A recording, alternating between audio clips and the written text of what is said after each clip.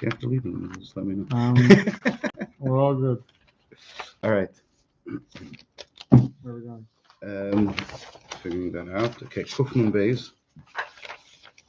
So tonight will be Mitzvah Hashem, the final shir in this unbelievable Maimer Vayihui Sarah, Tavshin Mem Aleph, which you could find in Sefer Memorim Melukat Beis. We're holding Eis Ches. We finished Eis Ches in last year. However, it was a little rushed because the Fabeng was there. So I just want to review the final point that we learned in last week. To build up the Maimer, at least with a focus on Aveda, you could take the Maimer through five stages. There are 5 points that the Rebbe makes in this Maimer Benegeh to Aveda. And last week we learned the final point. So if we walk through them, they're like this. The first point is it says, Ivdu Hashem b'simcha. A Yid must serve the Eibishter with joy.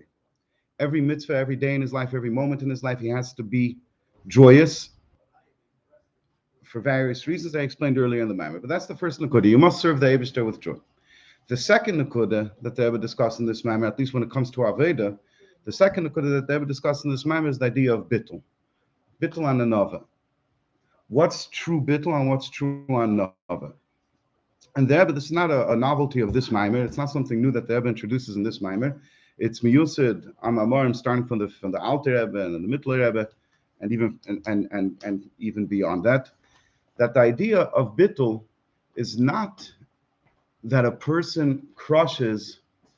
See, we have the spirit of Hanukkah going. Yeah, would you Jackson? Maybe after I'm off the video, I'll take one. Oh, okay. So again, we're discussing the Nakudas that the Rebbe said in this Maimer, we're going to get to Aveda. So you could break it down into 5 Nakudas that we learned until now. The first Nakuda is that when a Yid serves the Eibishter, he must be in joy. In every situation, in every condition, he must serve the Eibishter always with joy. Page Kuflin base. The second Nakuda is the idea of humility. True humility. What's the idea of true humility? So most people make a mistake. If you didn't learn the Ma'amarim, you would make a mistake in your understanding of what humility means. When somebody hears that he has to be humble, so his starting point is always where he was until now. Where was the person until now? A person who had a sense of self. He had an ego.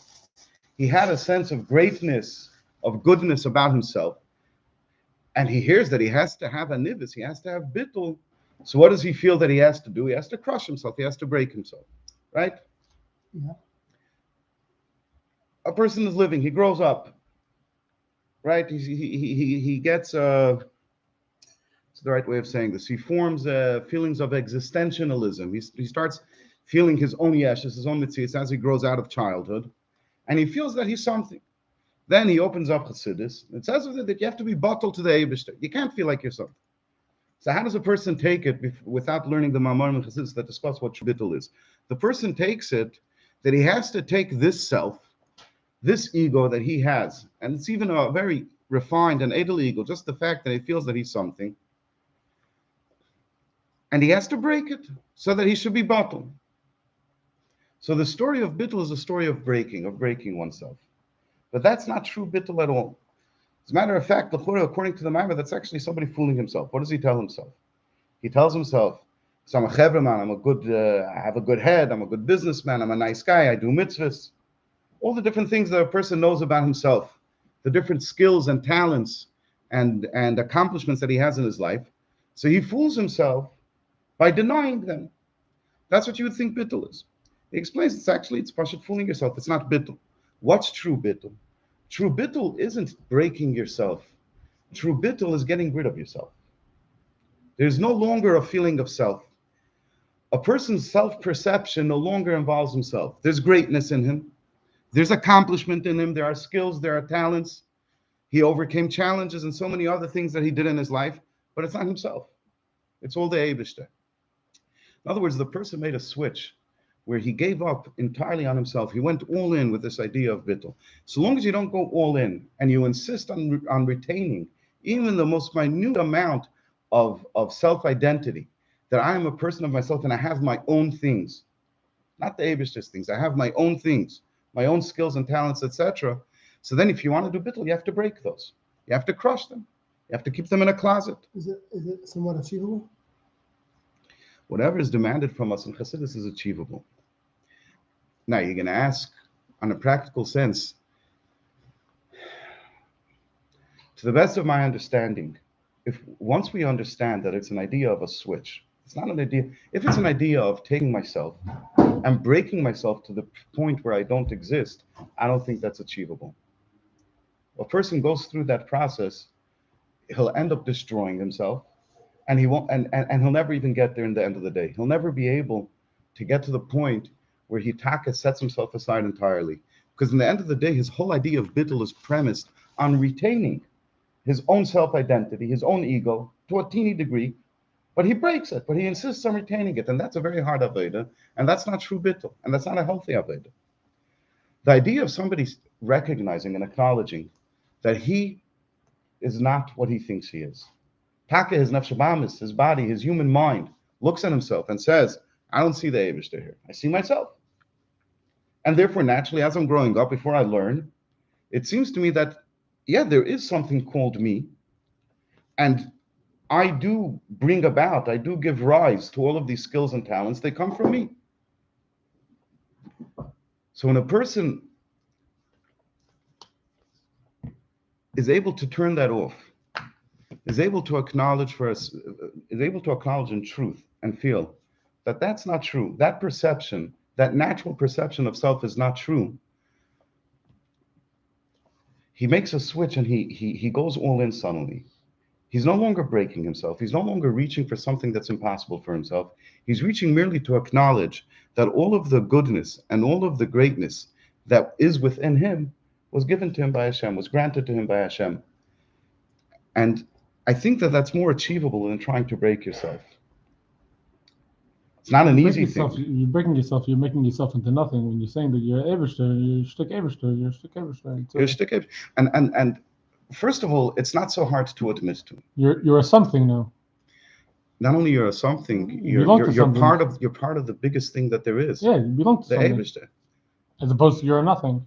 As opposed to you not being nothing, but being something. But this something, if you take into calculation all the billions of people who've lived throughout history and who will live, and the greatness of the universe in general and everything that's going on. So you're a speck of dust, as a floating around, an insignificant nothing.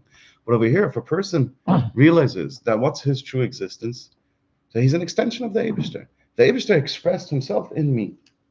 The Eibishter chose to express certain skills and talents and accomplishments and achievements. He expressed them through me. So you're part of the Eibishter now. And I think that is something that's achievable. It's a high madrega. We're not fooling ourselves. And like I said, one of the earlier shiurim, that a person could work on it, and he thinks he got somewhere, and he did get somewhere. But it's always a story, it's like if you walk into your house and it's dirty. So you see it as, there's a toy over here, the table isn't clean. You go, you put away the toys, you clean up the table. So now the room is clean. Not the next day. You do another scan of the room. But you realize, wait a second, there's a napkin under the table, there's shoes in the corner over there. You didn't notice them before because the mess was so big. Now you cleaned up the big mess. Now you start noticing smaller things. So it's the same thing in Avodah.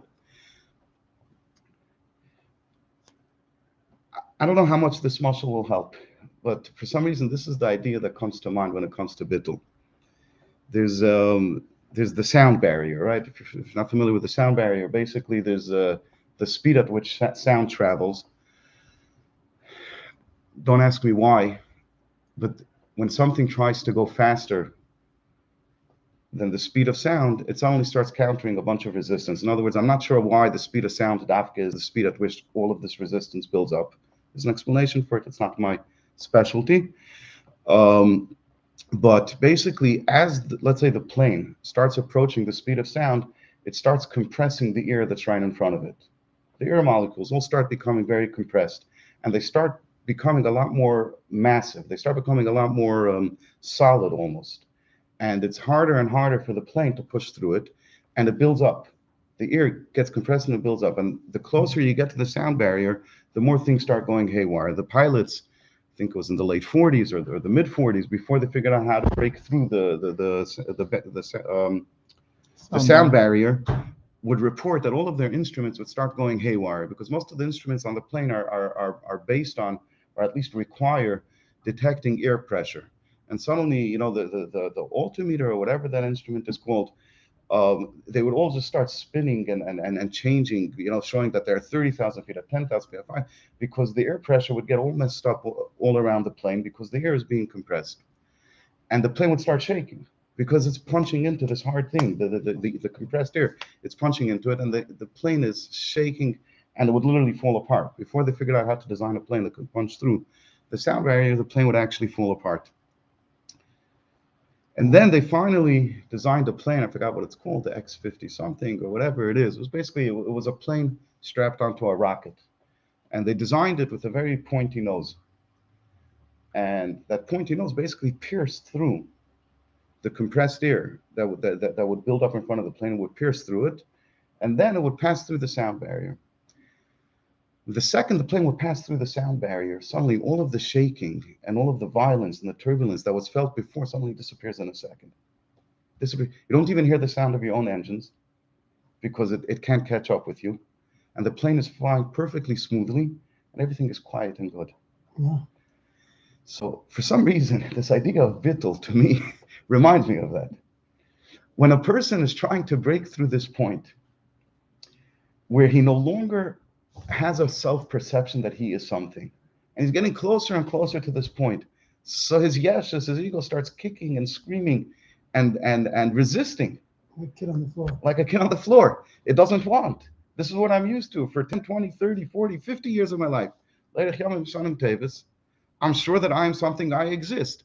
My entire self-perception, my entire place in the world, all of my ideas of what I should do, who I am, and what I am, are all based on this idea that I'm a something.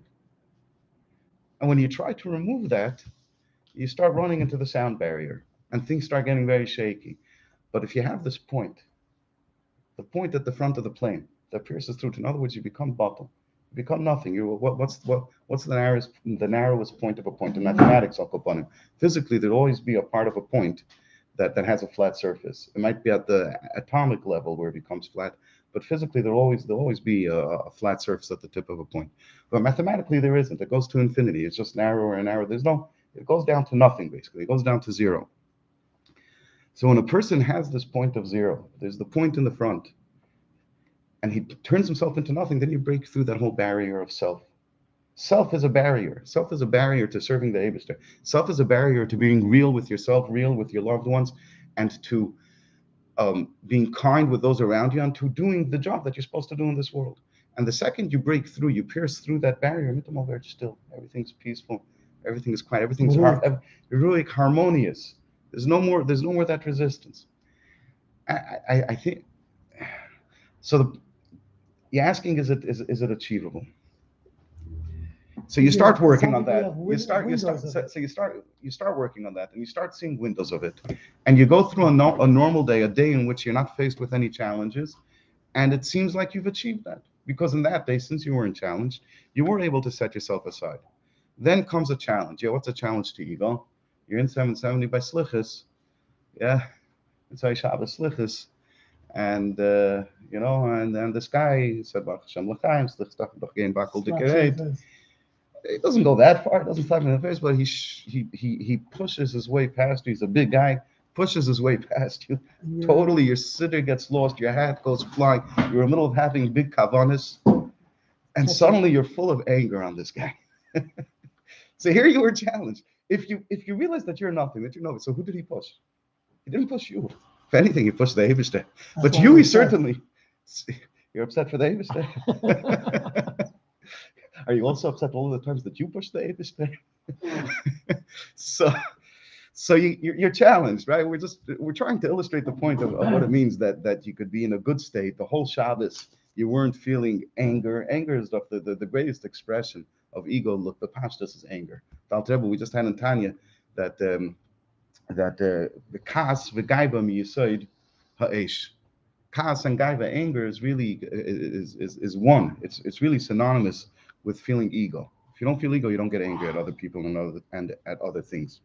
So you're challenged and you realize, wait a second, there's still something left of my ashes. But on a regular day, you're not parading around town with your yeshes. And like this, you remove it. And the more you remove it, the more you punch through that barrier with the nakuda of bittul in front of you, the more life becomes more harmonious. Well, More time to live. there's more time to live and more time to fabeng and more time to figure it out. And benegelin enenu, more ma'amarim to put our heads to and our hearts to, that will help us slowly, slowly, slowly reach these levels. In other words, you have a person who in everything he does, he expresses his yeshes. And this person learns this mimer. And at least when he goes to shul, he doesn't feel like I put my tefillin down over here. Somebody put his tefillin too close to me. This was the place for my siddur or for my tissues or for whatever else it needs that I need to put next to me. And the person put his tefillin right next to us. He doesn't get upset, for starters. He realizes that the person put his tefillin too close to his.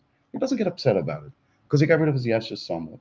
Until finally he reaches the level where he doesn't even notice that the guy put his tefillin. It doesn't even occur to him that it's too close to him. Well, this is my space. He doesn't spread himself out over, 4 feet of the table that this is my space. But later he comes to work, and let's say he's a manager over there, or he's having disagreements with colleagues at work, and over here he's having disagreements with people, so it starts triggering his yesh.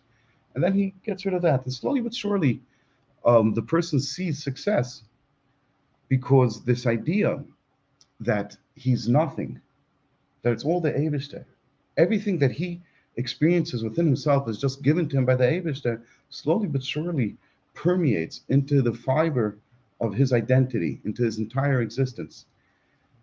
Akopanim, that's the Seder. So that's the second Akud in the Maimer. That's the second Akud in the Maimer, which is the idea of Bittul. The third Akud in Aveda from Bittul, in the third Nakuda in Aveda, in this Maimer, is the idea of Simcha, of happiness. The Rebbe explains, and again, this is based on earlier Mamarim of the previous Rebbeim, that from true Bittul comes true happiness.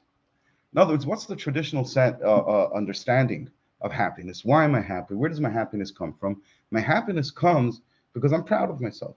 I'm proud of my abilities. I'm a big Chevman. Look what I was able to do with my business. Look what I was able to do with my learning. Look what I was able to do with my family. Look what I was able to do with my community. Look what I was able to do with all of these different things. And you're proud of yourself. Look how much money I accumulated, etc. However, there's another version of happiness.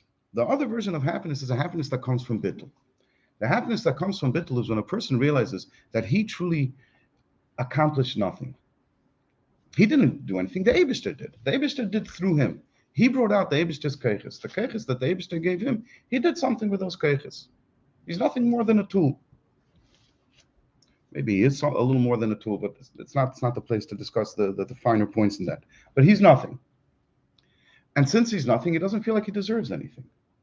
He feels that what he deserves, his starting point, is zero, is nothing. He should have nothing. Because he didn't earn anything. And then he starts making an accounting of all of the things that he has in his life. And he sees he has a family, he has a job, he has whatever amount of money he has. Maybe it's not enough, but he has some money. Whatever it is that he has, he's wearing clothing, he's able to eat food, he has friendship, he has a head that he could use, he has a heart that's a healthy heart, emotionally and physically.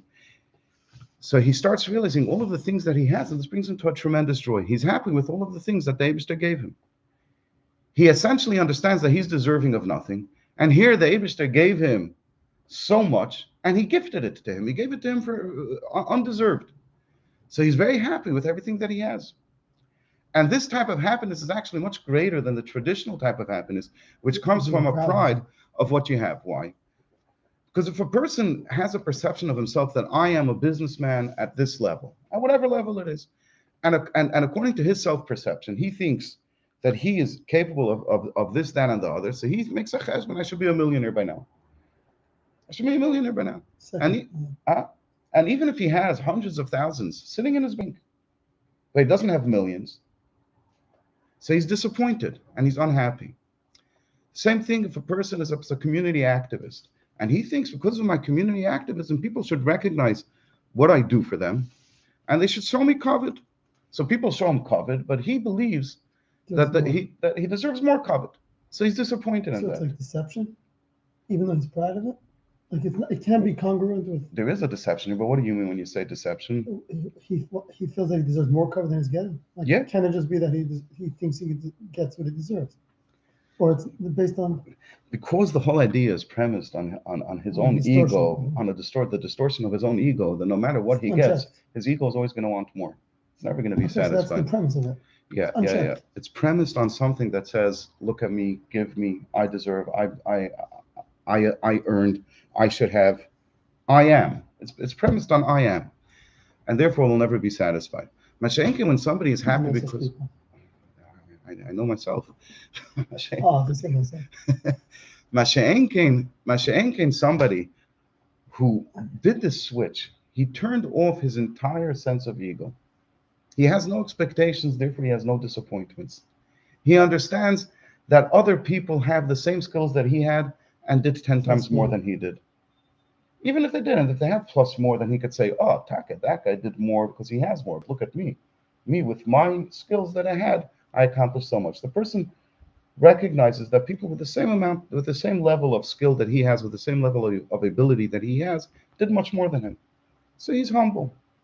He's humble. He understands not to hold himself so great. And then he's very happy with everything that he has because he's never disappointed in anything. So it's this switch. It's all you have to go all in. You have to give up on this idea that I exist.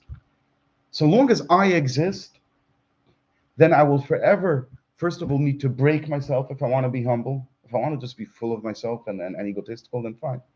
You'll have other problems, lots of other problems. But if you want to be connected to the Eibishter and not cordon off an area where you don't allow the Eibishter to exist, like it says in Gemara, so long as you're holding on to even an iota of self, then you have to break yourself in order to let the Eibishter in. But the second you let go of self, then suddenly two beautiful worlds open up in front of you. First of all, you're no longer breaking yourself.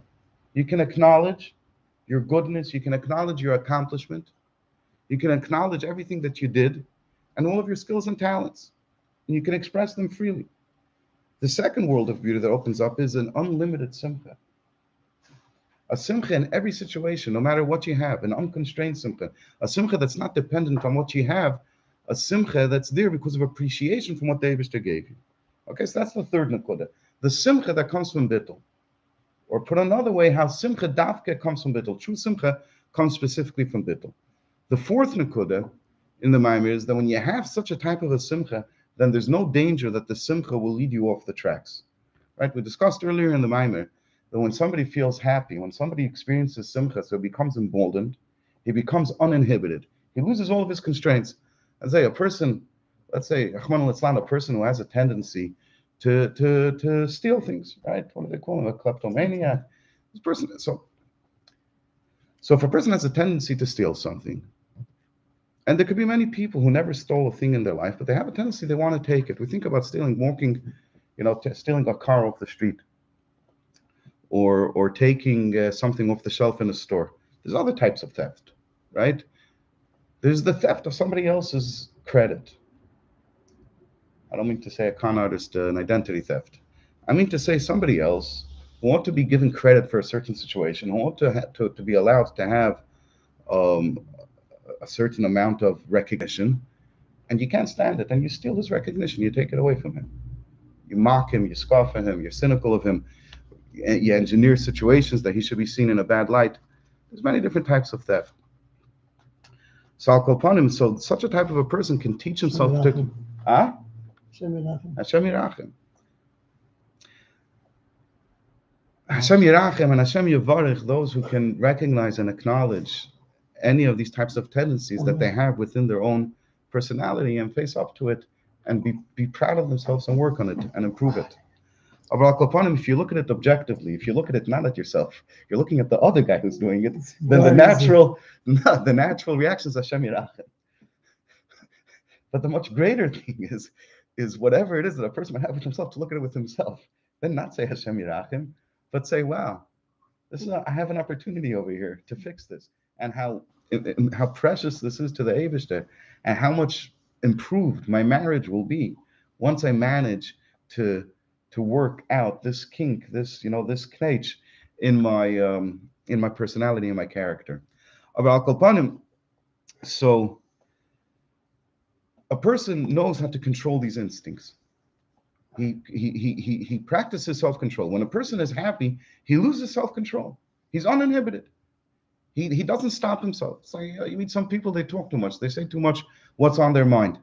They don't know that certain things are better kept unspoken. When a person is happy, he just does anything and everything that he wants. And if and why? Because the happiness brings out his own existence. The happiness empowers him and emboldens him. It brings out his own might, his own power. And therefore, you have to keep happiness in check.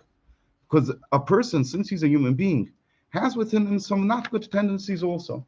And if you just let loose with happiness, the not good tendencies will also be let loose because you lose your inhibitions. Mashenkin, if the idea of happiness is bittul, the idea of happiness is that I'm nothing. I'm nothing. Then what comes out when he's happy? More nothingness comes out. If the pshat, if the understanding of his happiness is his own greatness, his own pride, and his own goodness, so then when he's happy, is going to be a pritza of the gedarim, the inhibitions will be removed, the boundaries will be removed, and what's going to come out? More of his own self, and all of the dimensions of his self. Masha'enkin, if the definition of his happiness is that he's appreciative of what the Eibishter gave him, even though he's undeserving. In other words, it's yet another expression of his humility, of his nothingness. So then when he's happy, the happiness doesn't draw out anything. If anything, the happiness draws out his own bittul even more. So therefore, a person can experience happiness in his life without fear of negative effects coming out of it. That's the fourth nakuda in Aveda that the Rebbe spoke in this Maimon. And then the fifth nakuda is finally the nakuda that we learned last week. And I'd like to give it just a little bit more attention. Until now, we understood the Maila of Bittul. And by the way, this word that you can have Bittul be scholars, that is a point that the Rebbe makes. That is the Rebbe's novelty. It's mentioned in other Maimonim, but the Pashtus it's big and made in this Maimon. This idea that you can experience happiness and joy in a revealed way in your day-to-day life without fear of negative effects coming out of it, because the Bittul is premised, because the Simcha is premised on Bittul. The fifth point is also the Rebbe's Nakud of the Pashtus. And Rebbe is saying that until now, what did we have? Until now, we said that you are able to experience happiness in a revealed way in your life. However, as much as that is life-changing, where a person has bittul, true bittul, and a person has happiness, nevertheless, it only affects, it only touches one part in his makeup, in his character. It's applicable only to his simcha, only to his that he has now simcha, but it's not applicable to every area of his life. In Eisi, Zayin, and Ches, Rebbe makes a new point, which we learned last week. And I'll read it inside. I'll read 3 lines inside, 4 lines inside, and then we'll get back. And then I'll try to bring out the point a little bit more in Aveda. So it's in Ches, the line that starts with the word Mizeh. The Adrabah says the Rebbe like this: Mikivan shesimcha peretz geder. Since simcha, since happiness breaks through all barriers, all boundaries, simcha, through having proper simcha that the Rebbe discussed earlier, where it's a simcha that's premised on bittul, not a simcha that's premised on his own ego. Yesif emitz b'avedos b'yaseseis b'yasereis. He will serve the Eibishter with much more oomph, with much more strength and power and might.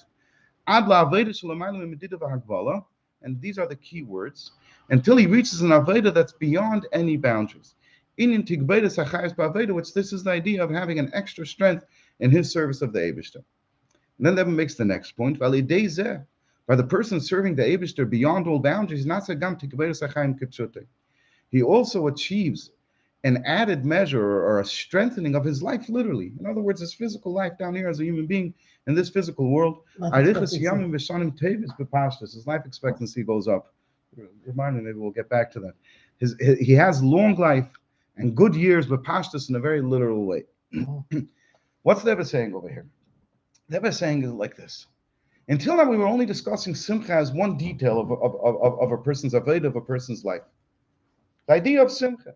Now the Rebbe is saying that once we achieve simcha in a revealed way, we actually can transform our entire life. How is that? Because in our life, we're full of medidas v'hagbalos. We're full of boundaries and limitations.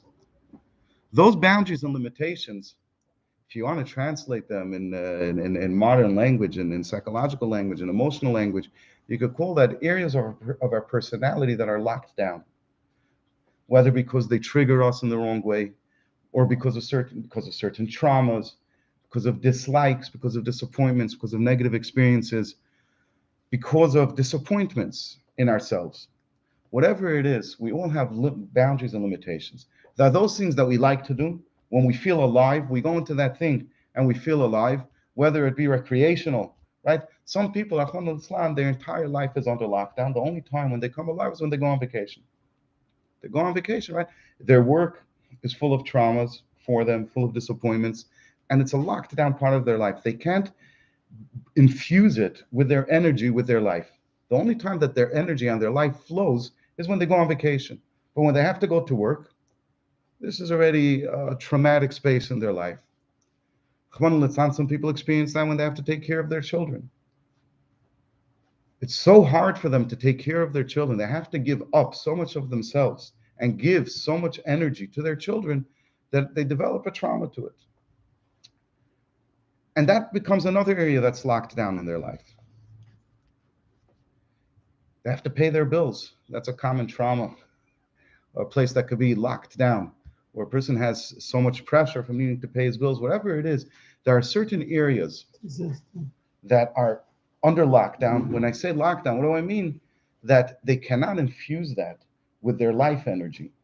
It's not allowed into that space. They go to a concert, they go on vacation, or they're sitting with friends, they're out of Fabrengen. So those it's not an escape. It's not necessarily an escape.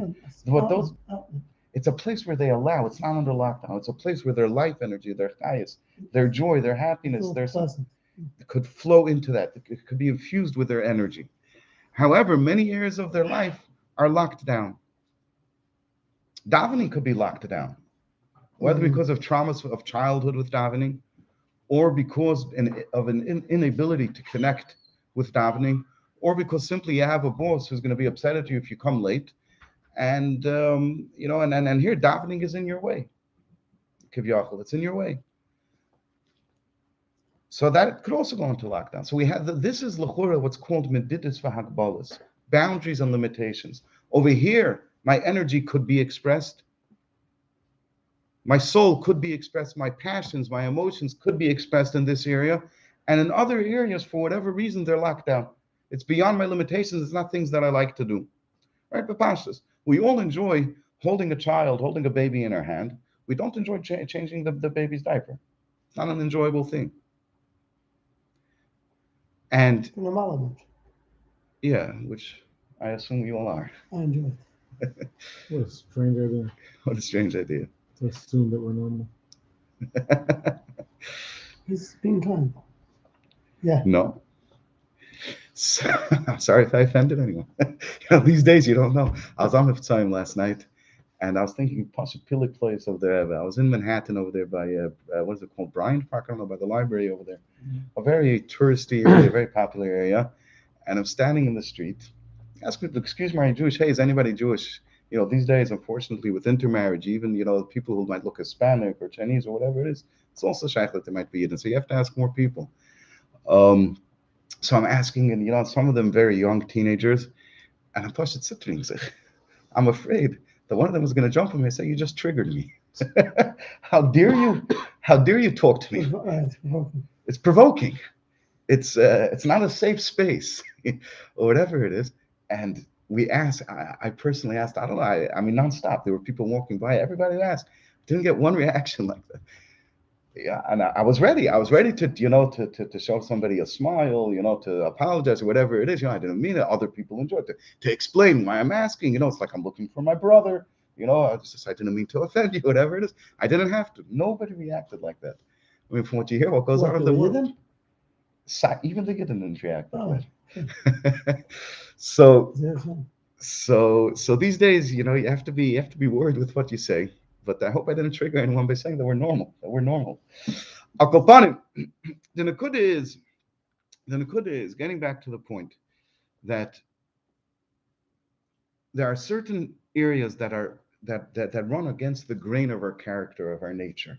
There are things that we enjoy to do, and there are things that we do because we have to do. right? If we enjoy eating a meal, we don't enjoy cleaning the table. Even though some people enjoy cleaning up, they don't actually enjoy taking the garbage off the table.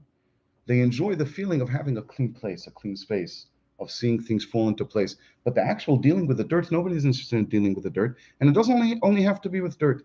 In work, at work, some things, if somebody's a creative type of a person. Yeah, I saw once an interview with this Jewish engineer. He worked at an architectural firm, and he says he actually drew the plans for every floor of the World Trade Center. So, and he says, don't think it's because I'm such a great architect. It's actually because once the design was put in place, you had to repeat the design 100 or 103 times. And this is the days before CAD, right? Before computer animated design or whatever the acronym is. And somebody literally had to go and draw the same plans, 103 times. And he was an intern. He was just getting started. And they threw the job at him. So, maybe the first floor plan, you're figuring it out. Everything is new. The second floor plan, you're happy that the things that were hard with the first set of drawings, became easier with the second set. By the time you get to the third one, the fourth one, the fifth one, the only difference is that this, the numberings by the windows or some other little variations between each floor, but the entire, 99% of it is the same thing. It becomes tedious. It becomes tedious. And it's not something that people like to do. If somebody's creative, he likes to do creative work. He doesn't like to do the tedious work. And what happens if he's stuck drawing 100, 103 identical plans with no use of his creative abilities? He gets sad. It becomes a place that's locked down. It's not infused with his life. He comes home, he needs to lay down. You would think that after a person works very hard, he comes home and he needs to lay down. That's not the truth. A person comes home and needs to lay down. It's after he had a day that he didn't like. It's not determined by how hard he worked. It's determined by how much he liked the work that he was doing. It could have been very, very hard. So yeah, we all have areas and places in our Avodas Hashem that are locked down. One person could love putting on tefillin and being wrapped in a talis. He remembers what it says in Tani. He's wrapped in Yiras Shamayim. He has remadas of Yiras Shamayim. And another person could love giving tzedakah. Another person loves achnasas orchim. Another person loves a Shabbos table full of guests. I have a friend who tells me no matter where my struggles in Yiddishkeit took me, one mitzvah that I always had throughout my entire life, that I always did with happiness and with joy, and I loved, is achnasas orchim. My Shabbos table was always full of people. So we all have areas that we lock down, that are triggers for us. For whatever reason, because of a trauma or whatever it is, our life energy can't go into it. And that's Medida v'Hagbala. That's Medida v'Hagbala in serving the Eibishter. And that's also Medida v'Hagbala in our own personal lives. And what the Rebbe is saying over here is that Simcha is paid its gather. When somebody's in a happy state, it breaks down all of his barriers. It takes apart all of his triggers, all of his fears, all of his traumas get broken out, get broken down. And no matter what he's doing, if he's happy, if he's in a happy state, his life energy can fill that space also. And like this, every detail of his life, no matter what his task of the moment is, no matter what he has to do at that time, is full of life, is full of energy, is full of happiness. And that's the fifth point of this Maimer. That if we could teach ourselves proper bittul, which was the second point of the Maimer, and we could teach ourselves proper simcha, the third point, and the fourth point, that this simcha should also be revealed in our lives. We should be able to experience the simcha. Then we could reach the fifth point, which is Pashat having a life beyond boundaries and limitations. If I'm learning halacha, I'm so happy, even though I naturally enjoy Gemara more, or I enjoy reading the Friedrich Rebbe's stories, or whatever it is more than that. If I'm cleaning up, I'm happy also, because I'm full of joy. And my joy breaks down all the boundaries, all the barriers. And therefore, my entire life becomes transformed into a life that's never locked down, that's never inhibited, that the fears are chased away and removed. And my life is much better. And the Rebbe says you also get Arichas Yamim V'Shanim Tevis B'Pashtus. And you could, the Arichas Yamim, which is the point that you mentioned before, you can either tie to Arichas Yamim in a skuladik way, that because you have to Gberis Achayis, so therefore the neshama stays connected to the body for longer, or some other type of beer like that, or perhaps there's another beer, whatever the beer is, but you could translate it also in very simple words. That when somebody manages to bring his happiness into his entire life, he also removes all stress and anxiety from his life. And Nimnu Vegamru, all of the doctors agree that the biggest killer that exists in the world is stress and anxiety. And if a person manages to have this simcha, to have this joy in his life, which removes all of his stresses and anxieties, he's good with any situation that he enters into. So he removed his stress and anxiety, and he has arichas yamim bepashtus. And his shanim, his years are tevis bepashtus. He pashut has a peaceful, happy, harmonious life. That's the fifth nekuda in Aveda. Okay, I was hoping to finish the Maimer.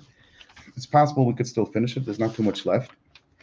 I have to say that I can't really connect with the end of the Maimer. I understand what Rebbe is saying. We'll try to explain it also, but I can't really connect with it as much as I connected earlier. But hopefully, either we'll figure it out this time, and if we don't figure it out this time, the next time. But let's learn the Maimer faithfully and with the Chayes. So, Tess, V'yesh lekasha zeh. Now the Rebbe is focusing on the last four words of the previous ois. And arichas yamim v'shanim tevis bepashtus. It's a very interesting ois. This whole ois is going on the arichas yamim v'shanim tevis bepashtus. In other words, good and long, happy lives in the physical sense as a human being in this physical world. Pashat, have a good life, begashmias. V'yesh lekasha zeh. We can connect this idea in Yom Holedus with the birthday of the Rebbe Rashab of this year of the year in which the Maimer was said, which was the Siyum V'Chesim Shnasameh V'es, right? The whole Maimer is founded on the Maimer of the Rebbe Rashab. And the Rebbe Rashab was born in Kisra, Tov Reish Chof Aleph, and the year that the Rebbe said this Maimer was Tavshin Mem Aleph. So Chof Cheshbon Tavshin Mem Aleph was the birthday of was the completion of the 120th year of the Rebbe Rashab. So what's the significance of 120 years? This is B'Zoyar. It says in Zoyar al Pasuk V'Hayu Yamav Meh V'Esim Shana. Right, which is, I believe, in Parshas Bereishis, the end of Bereishis. The Eibishter says he's disappointed, he's dissatisfied, he's unhappy with the people, and therefore he will limit their years. They will be 120 years only. So the Zohar actually teaches it to Remez L'Moshe. This idea of 120 years is actually a Remez to Moshe Rabbeinu. I'm not sure how. I didn't check the Zohar. 120 years of his life. Of the Pashtus, but I didn't look into it, so I can't say that's what it is. About Al-Kapanim, so this is a hint to Moshe Rabbeinu. Shemam shechayin libnei nasha. L'kol echad v'echad mi'yisrael ma'ahu ilana dechayin.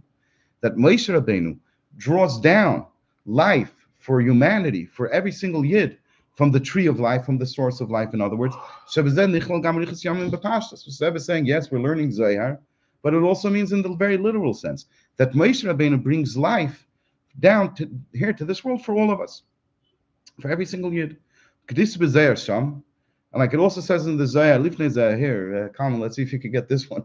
That says in the pasuk B'Shagam, and actually ties to B'Shagam is like B'Shagam, that since he is human, so Lo Yadan Ruchi Mesa'adam B'Shagam Hu Basar, right? So since he's human, so the Zohar attaches the Dom Moshe. This one, no ideas. So I didn't check the Maimer. I didn't check the Zohar. I'm not sure if I would check the Zohar. I would know Pshat anyway, so it's not such a big loss. That Moshe Rabbeinu is the one who brings down life to us, to the Yidden. Umechela dan, from this power, from this force, from this energy, Kaimin b'nei nasha b'alma yemin sagin, people live in this life for long years, for many years. So this idea that the Rebbe finished Eis Ches, that Arichas Yamim Shem Tevis B'Pashtus, is nimshach to us through who? Through Moshe Rabbeinu. The Inyan Zeh, like it says in the Zohar. The Inyan Zeh Mamshich Moshe Rabbeinu Gam Achshav. Moshe Rabbeinu draws down this life also now. It wasn't only while Moshe Rabbeinu was alive in the physical world or in the traditional sense. It says in the Zohar, Moshe Rabbeinu did not die. In other words, just like Moshe Rabbeinu was alive and active, when he was leading the Yidden in Mitzrayim and in the Midbar, so too now he's also now alive. He's also now active, and he's also now with us, and he's also now drawing down life to us. And this is from the Zohar, from Pnimius HaTorah. Amar Zal, and in Gemara it says in Nigla, just like previously, Moshe Rabbeinu was standing and serving and leading the Yidden and taking care of the Yidden. Afkan Emedu Meshamish. So too now he's leading and serving the Yidden. So Moshe Rabbeinu's Mamshich Chayes brings down life to us, life b'Pashtus. And just like it applies to Moshe Rabbeinu, who was the faithful shepherd of the Jewish nation, so too it is in the leaders of the Jewish nation, the leader of every generation. And this includes within it Labal Yem Ledes, who is the leader of his generation. The Rebbe Rashab, who is the leader of his generation. And his Mamala Makim, the one who took his place, the Fidik Rebbe. And of course, we know that obviously it means our Rebbe. Also, as it's known, the letter that the Fidik Rebbe wrote about it, about his father. The same thing applies to the Fidik Rebbe, and the same thing applies to our Rebbe. That the shepherds of the Yidden, the leaders of the Yidden, Chas v'Shalom, will never ever be separated and remove themselves from their flock, from the Yiddish nation. In other words, no matter what, even after you can't see them down here in the physical world, they still continue to give and to lead and chayes and life and to lead the Jewish nation, their Hasidim, the Yidden. Which this is similar to the Maimer Azal Benegeh to Moshe Rabbeinu that we just quoted earlier, that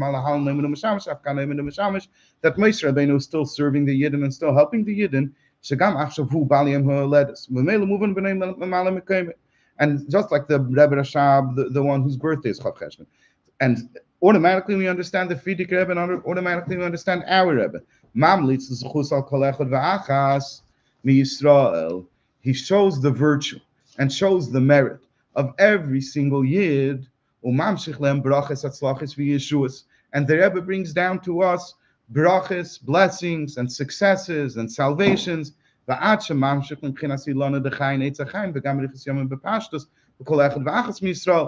the degree that he also brings down from the tree of life.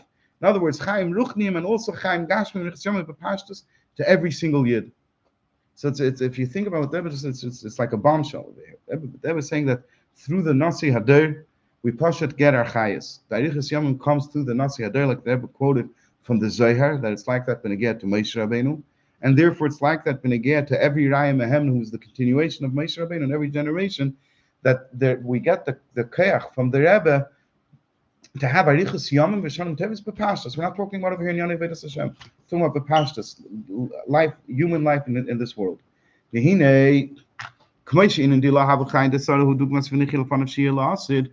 like we mentioned earlier in the Maimon Canal Seif Sifdal to Sifei Maimon the Baliyam who led us, that Dilah Havuchaim, which the Rebbe Rashab touched as a word of happiness, of joy, that she was able to experience joy in a revealed way in her life, and he compared that to the life of La'asid Lavai, that this is the Simcha of Sarah, is like the Simcha of La'asid Lavai. So al derech zehu gam b'inyan hanesinas keach shnimshach zal kol echad misal aleveda b'simcha. So too, when it gets to the nesinas keach that every single Yid gets from his Simcha, Kanal Sivches, like we just learned inside the end of Sivches, that by a Yid serving the Eibishter, that a Yid has the Maisa of his Siman Labanim, was earlier in Sivches that I didn't quote before. The beginning of Sivches, that we all get a keach and a chayis from the avis and the imais to serve the Eibishter with joy, and that this joy is connected to Lasid Lave. So too we get the keach shal dei aveda b'simcha niska b'kariv mamash l'kiyum hayud b'yem hashlishi yikmenu v'nichi lefanav. That through serving the Eibishter with simcha will actually have the main point. So really, if you want to say now that if you might want to call this a sixth point, that simcha is actually what's going to bring us Mashiach. And at the end of the day, it's very important for us to know that what we're doing is important and is leading to a certain goal. A person could be happy if he takes it on trust.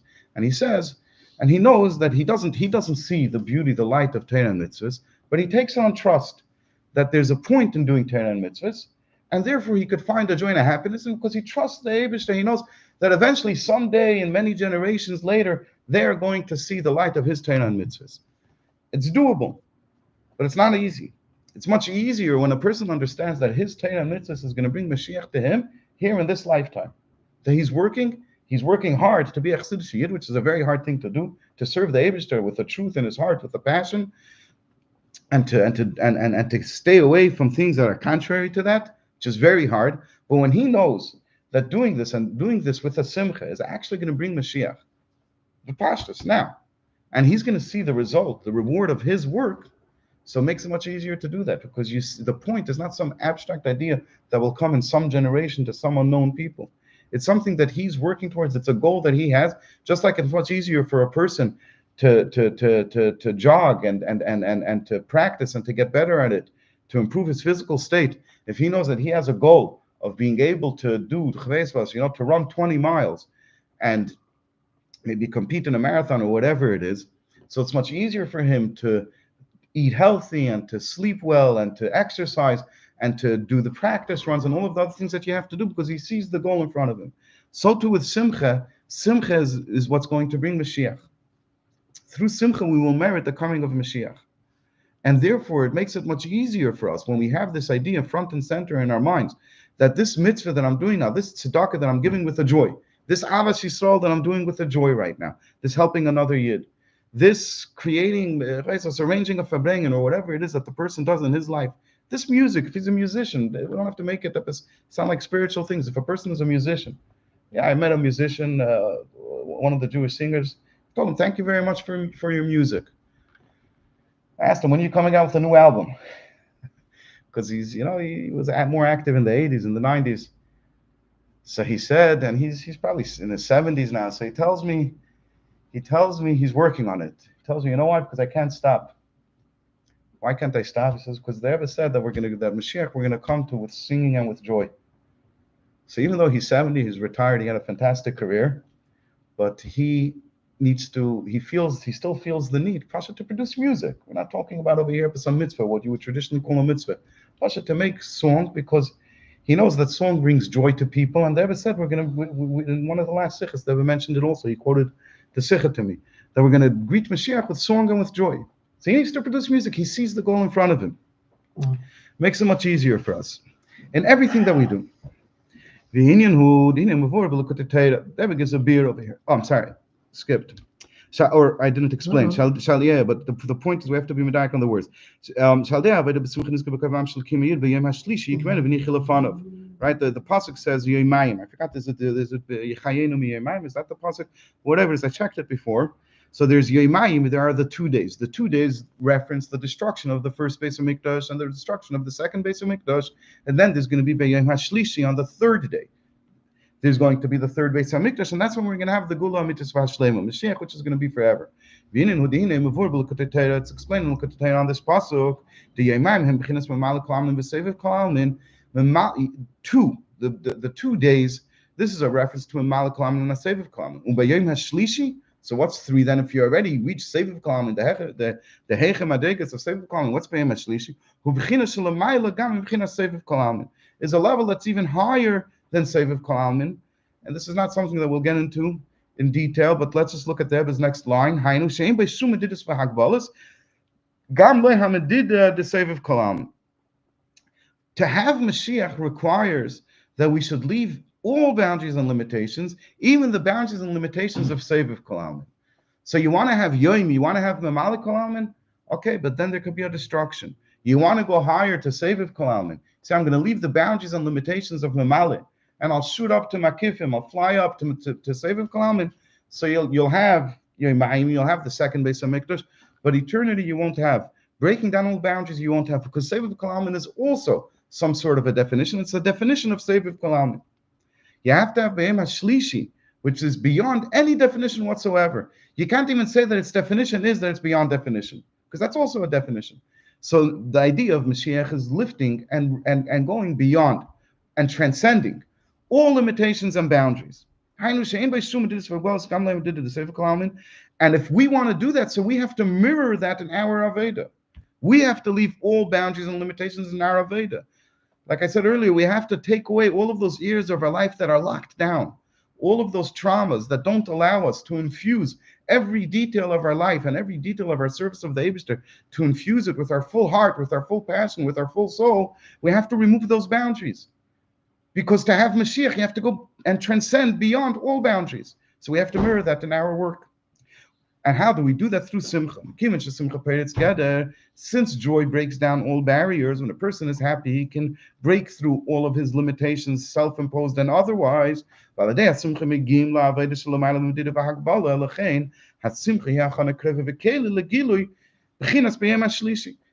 in our Aveda, how do we reached this level, this third level, where we're beyond any boundary and limitations through happiness, through joy.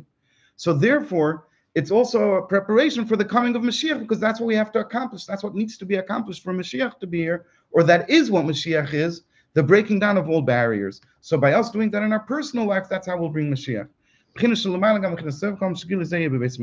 Which this revelation of beyond, absolutely beyond every limitation, will be in the third Beis Hamikdash. As Rashi explains, the that the third day is a reference to the third Beis Hamikdash, which will be built, that the King Mashiach, the person, Melech mi Beis David, the Melech mi Beis David will build Mashiach. What's this? Will build the Beis Hamikdash. What's the significance in that? That it's Dafka Melech mi Beis David, from the house of David, and others from the descendants of David, who's given a name after David HaMelech. Even Mashiach Tzidkenu is called David. So, what's the significance that it's a word of David? The fact that it's David also is connected Dafka to Simcha. Kamuvan mi David Melech, kamuvan mizeh shaharamba maybe raya alinin Simcha sheismach Adam ba'asiyas hamitzvah mi David Melech Yisrael. From this, that the Rambam brings a proof that every single Yid, Kol Adam, every single Yid has to be joyous and rejoice in his performance of the mitzvahs. He brings a proof to that from David HaMelech. And there's a hidden question over here, especially it's hinted to in the parentheses. The Rambam says that I have to be happy because David HaMelech was able to be happy. He's David HaMelech. So let's see, we'll understand it by the time we reach the bottom of the page. So, but first of all, let's get back to David HaMelech. What does it say when it gets to David HaMelech? When David was returning the Aron was captured by the Plishtim, and then they got it back from the Plishtim and then they started transporting it back to Yerushalayim or to Shiloh, wherever it was, wherever the Mishkan was supposed to be. And on the way, the Kohanim were touching the Aron. They were carrying it. I'm sorry, where they put it. They put it on a wagon, and they made a magefa. They were killed. I'm sorry. On cows, no bulls. On cows, bulls were pulling the wagon, and they made a magefa over there amongst the Kohanim. So David HaMelech was afraid. He didn't know if bringing the Aron was what the Eibster wants of him, so he left it over there in the property of a person who lived right next to the place where the Kohanim died, and that Yid suddenly had tremendous success in his life. So David HaMelech understood that no, that's not that the Aron is going to bring bracha, so he brought it to Yerushalayim, and he I forgot who told him. Anybody know who told him? But somebody told him his mistake, that the Aron is supposed to be a kasef yisol. You're not supposed to put it on the wagon. It's supposed to be a kasef yisol. Kubi was Achetefel who told him. About Kopanim. So David HaMelech arranged a big parade to bring the Aron back to its place, which I believe was to Yerushalayim. He brought it, and it says V'Hamelech David mefazez u'mecharker lifnei Hashem. David HaMelech was dancing without any constraint. He was dancing and spinning and all over the place. It says over there that Michal, who was the daughter of royalty, she was born to aristocracy. She was the daughter of Shaul HaMelech. When she saw David HaMelech dancing like that, so David HaMelech looked cheap to her. What's the nekudah I'm trying to bring out? Why am I mentioning this? Is because David HaMelech, in other words, let loose entirely. He didn't hold himself back whatsoever. He let his joy be expressed as if he was a simple person, as if he wasn't carrying the dignity of the crown, the dignity of the king. He just went all out with his happiness. So this is the idea of David HaMelech. Why was David HaMelech able to do this? The David Melech Yisrael in Spheres HaMalchus. David is Melech Yisrael. Melech is the in Spheres HaMalchus, and that's bittul, like we discussed earlier in the Maimer. And therefore, David HaMelech was completely bottled. Therefore, even being king, he was able to dance like a simple, common person who had no dignity, because it was dancing for the Eibishter.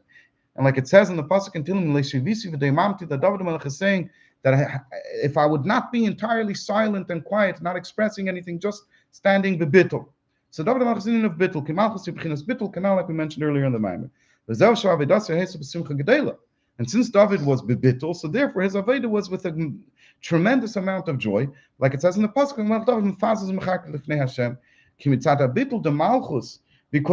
because since he was malchus, he had the bittul of malchus. So therefore, he has no problem, even when the simcha is brought into a revealed way. In shaykh sheyistaifens ein adulteratzoi, it's not possible that anything unwanted, untoward will come out of the simcha, because the simcha is premised on bittul, like we discussed many times during this maimer. And now here's what the Rebbe says: since we say about David HaMelech, which is in Gemara and also in the Nusach of Kiddush Levana, the Nusach of Tefillah, that David HaMelech Yisrael Chai V'Kayim, that David HaMelech is alive and exists. In other words, David lives and is active within every single one of us as the inyan of Melech, as the inyan of Bittul. Therefore, from the Bechin of David HaMelech, David HaMelech gives every single one of us the power, the ability. He should be happy in his performance of mitzvahs, even though to serve the Eibishter with joy is admittedly a very high aveda, that we should be able to do this. And that the simcha should be in the proper and appropriate way, not in a way that brings anything not good. So now we understand the connection between Yom HaShlishi to David HaMelech. Yom HaShlishi, transcending all limitations and all boundaries, is connected to David HaMelech, who had bittul and a simcha that transcended all limitations and all boundaries. So I think I understand a little bit better, at least how Yud follows the flow of the Maimer. In other words, if before we spoke about 5 inyanim in the Maimer, right? Serving Hashem b'simcha, bittul, simcha that comes from bittul, simcha in a revealed way, because if it comes from bittul, it's okay to express it. It's not going to bring to anything bad. The 5th point being that it transforms your whole life. It breaks down all boundaries and barriers. Now comes the 6th point, that this is actually what's going to bring Mashiach. Us being able to transcend all of the limitations and all of the boundaries, break through them, and have the neshama and the life force of our neshama permeate every single area of our life, because our simcha allows us to break through all of the negativity in all parts of our life, and therefore our entire life is transformed. That is actually the exact idea of Mashiach, which is the idea of transcending all limitation, and that's the connection. Oistes, I still can't see how it fits in the flow of the Maimer, but it's a nakuda to keep in mind that our Chayei Pashut comes from Moshe Rabbeinu and from the Raya Mehemna of Shebachol Der V'Der. Our Chayei Pashut comes from the Rebbe, continues, and our Chayei Bepashtus. Says Yeshua's Hatzlachas. What does that finish off? Mamlitz Zechus. The Rebbe brings out the merit and the virtue of every single one of us, and brachas, Hatzlachas, and Yeshua's. And you might still argue that this is Ruchnius, Ba'Shemashim, B'chinas Ilana Dechayin, which Eitz Achayin, which also sounds Ruchnius. The Rebbe finishes V'gam Manichas Yama Bepashtus L'Kolechot V'Achad V'Yisrael V'Achas V'Yisrael. So we're going to go to what, 180? Chaim Nitzchim, the Rebbe said. Chaim Nitzchim. Mashiach is going to come. There's going to be eternal life. Yud Aleph, Kuf Nun Dalet, Validei HaSimcha B'Asiyas HaMitzvah, and here comes a geschmack in the Kudah that I find. I see it in many Mamorim that the Rebbe ends. The Rebbe ends many Mamorim where he says this word: through the joy in doing a mitzvah. And the Rebbe says, when I say doing a mitzvah, I'm also including the musician, or when you're at work, or when you're, when you're eating, when you're paying your bills, during your entire life, everything that you're doing is actually included in this simcha, because it says and everything that you do, you're actually serving the Eibishter. And in the Hara, you'll see that the Rebbe actually includes, this is a tremendous Hara 94, there's no time to learn it now, but the Rebbe says that actually actually is included in a tzivui, in a commandment. It's a big chiddush. Maybe it's a shame we don't have time to get into it. That usually, what do we say? There's a mitzvah, and then there's a non-mitzvah, but it's for the purpose. It's called masech l'shem shamayim. It's for serving the Eibishter, even though it's not a mitzvah. B'chol derchecha de'eyu. David says over here, it's also in and of a tzivah, that you have to serve the Eibishter your entire days. Actually also has a vart of a mitzvah.